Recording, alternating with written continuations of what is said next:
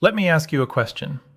What if someone had told you, back in 1995, that there was a small company, barely known, barely funded, that was about to change the way the entire world shopped, searched, and communicated? Would you have invested? Most people said no. Most people walked away. And those who said yes, the ones who saw what others couldn't see yet, well, they changed their lives forever. Amazon at $1.73. Google before anyone had heard the name. Bitcoin at $36. Every generation gets only one or two of these moments.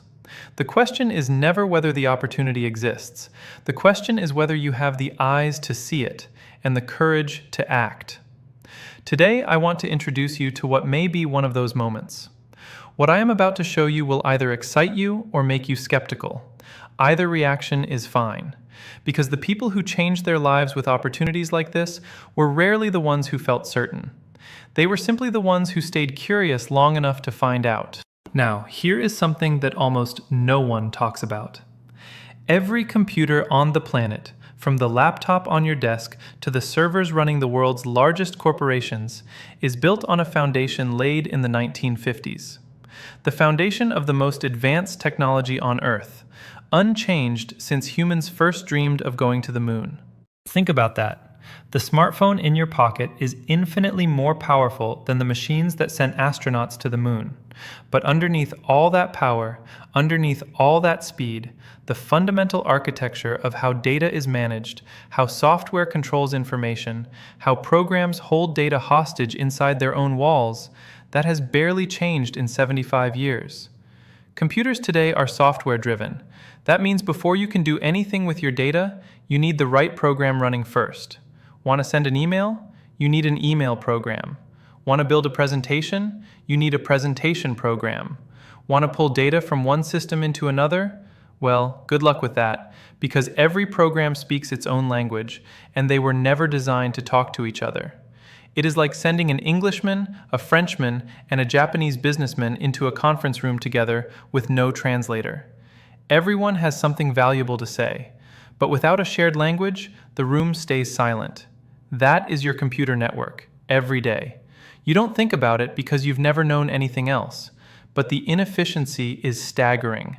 The wasted time, the lost data, the systems that don't communicate, it costs businesses trillions of dollars every single year. It is like a government that can't repeal a broken law, so it writes another one to fix it, and then another to fix that one, until nobody knows what the original intention was, and nobody dares to ask anymore.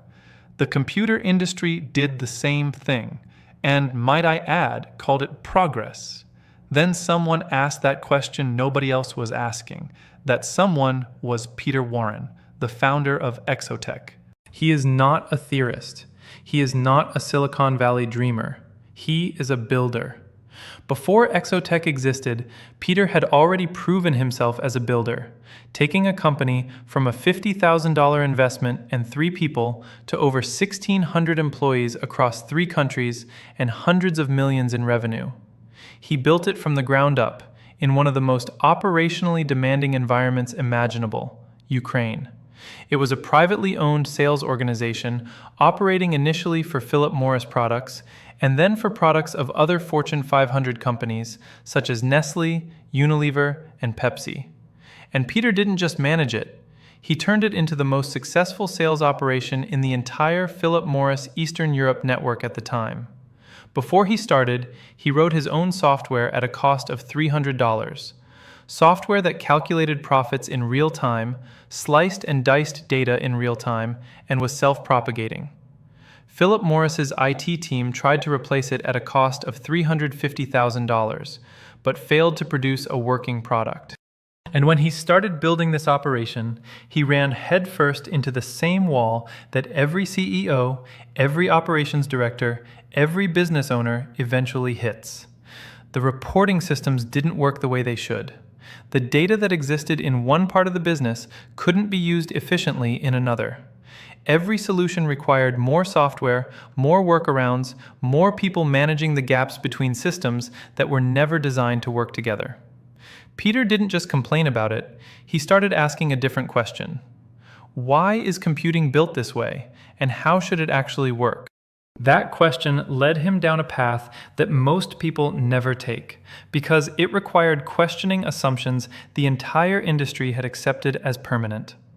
After years of investigation, research, and development, the answer became ExoTech. And the product that came out of it is called the ExoBrain. Think about how you, as a human being, manage information. You have a thought. You decide what to do with it. You can say it out loud, write it down, put it in a message, include it in a report, build it into a presentation, or whisper it in the ear of the most beautiful girl in the room. All from the same idea, without switching contexts, without reformatting, without asking which program supports which format. That is exactly how the ExoBrain manages data. The data exists first. The application serves the data, not the other way around. Any data can be used in any way by any application at any time. No walls, no reformatting, no software bottlenecks. And here is what makes ExoTech's position in the market so powerful. This is not an improvement on existing computing. This is a category of its own. Think about what happened when container shipping replaced the old way of moving cargo. Nobody improved the old system. They replaced it with something so clearly superior that the old way simply became obsolete. Think about what the smartphone did. It didn't just make phones better, it made an entire world of separate devices unnecessary almost overnight. Ask Nokia how quickly a category can disappear.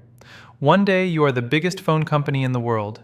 The next, you are forced to sell what is left of your phone business to Microsoft and become a footnote in the history of the industry you once dominated. Technologies that create new categories don't compete. They make the old category irrelevant. ExoTech is not trying to beat Microsoft, by the way. It is not trying to beat Apple. It is building the category that comes after them, the one where software no longer dictates what data can do. You might be wondering, if this is so obvious, why hasn't someone done it already?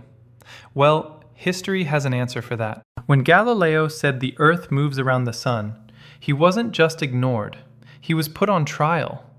When William Harvey proved that the heart pumps blood around the body, the medical establishment ridiculed him for years. These were not fringe ideas from fringe people. They were fundamental truths, and the most common reaction to a fundamental truth before it is accepted is resistance. Peter Warren experienced this firsthand. In the early stages of ExoTech, official bodies arrived with serious claims against him personally and against what he was building. Serious enough that, had any of it held up, Peter Warren would not be standing here today, and ExoTech would never have existed. This video would not exist. They investigated with intent and considerable resources. They looked for everything they claimed to have found, and in the end, they found nothing they could act on. The scrutiny quietly disappeared, not because they chose to move on, but because there was simply nothing there to find. And sometimes, the most powerful validation you can receive is the silence that follows when people who were looking for a problem couldn't find one. Every age has its Galileo. Different centuries, different fields, different accusations. They have one thing in common, though. The resistance is not a sign that the idea is wrong. In many cases throughout history, it has been the clearest sign that the idea is right. The people who changed the world were rarely the ones the world agreed with first. And the people who chose to stand with Peter Warren and build ExoTech are not just believers in a vision. They are among the most qualified people in the world to recognize one. They were not on the outside looking in. They were insiders who had seen the system from the inside, who understood exactly what was broken, and decided that building something better was worth more than defending something old. Among them is Neil Clark, an Australian who did not just witness the birth of personal computing, he was part of it. An electrical engineer by training, he spent nearly 2 decades at IBM, where he was personally responsible for marketing the IBM PC. And then he spent many years writing software for small businesses, a man who has seen it all from the inside. And he chose ExoTech to help finish what the industry started 75 years ago but never completed. But Neil Clark is not the only one. Jeff Burt is another pillar on which ExoTech stands, and his story is just as compelling. A former IBM program manager, he has been involved with ExoTech almost from the very beginning. He is the inventor of ExoRelatorBase, ExoTech's proprietary and patentable next-generation data storage system at the core of ExoBrain. In thousands of hours of dedicated development work, Jeff delivered every milestone on time, and the technology has proven to be 100% reliable. It has never broken, it has never failed. Almost single-handedly, he has rebuilt today's technology from the ground up, the way it should have been built from the very beginning, the way human thinking actually works. And when people like Neil and Jeff, who helped build the old world, invest their careers in building the new one, that is worth paying attention to. Now, at this point, you may be thinking, this all sounds remarkable, but what's in it for me? What is the opportunity and how do I get access to it? And those are exactly the right questions, and we can assure you, this is where it gets interesting. ExoTech is currently offering a select number of B shares to investors who understand what it means to be early. There are several investment packages available, each with its own specific benefits, including dividend participation as the company grows. But the details of each package deserve more than we can give them here. They deserve a real conversation. Because if you are serious about this, we are serious about you. That conversation is with Roberto Da Pozzo, Executive Vice President and Board Member of ExoTech. Roberto has spent his career at the highest levels of private service and management, working with some of the wealthiest and most influential people in the world, including heads of state and presidents. He brings that same standard of personal attention to every investor conversation he has. Roberto will walk you through exactly what is available, what you receive as a shareholder, and what the opportunity looks like for you specifically, personally, one-on-one, in a Zoom call or face-to-face where that is possible. This is not a sales call. It is an informed conversation, and it is by personal contact only. And then you make your decision. Roberto's contact details will be shown at the end. So here we are, at the part where everything either comes together for you or it doesn't. This is not for everyone. Not every investor is positioned for an opportunity at this stage. It takes a certain kind of person, someone who has learned to see value before it becomes obvious, someone who understands that the biggest moments in investment history were never safe when they were available.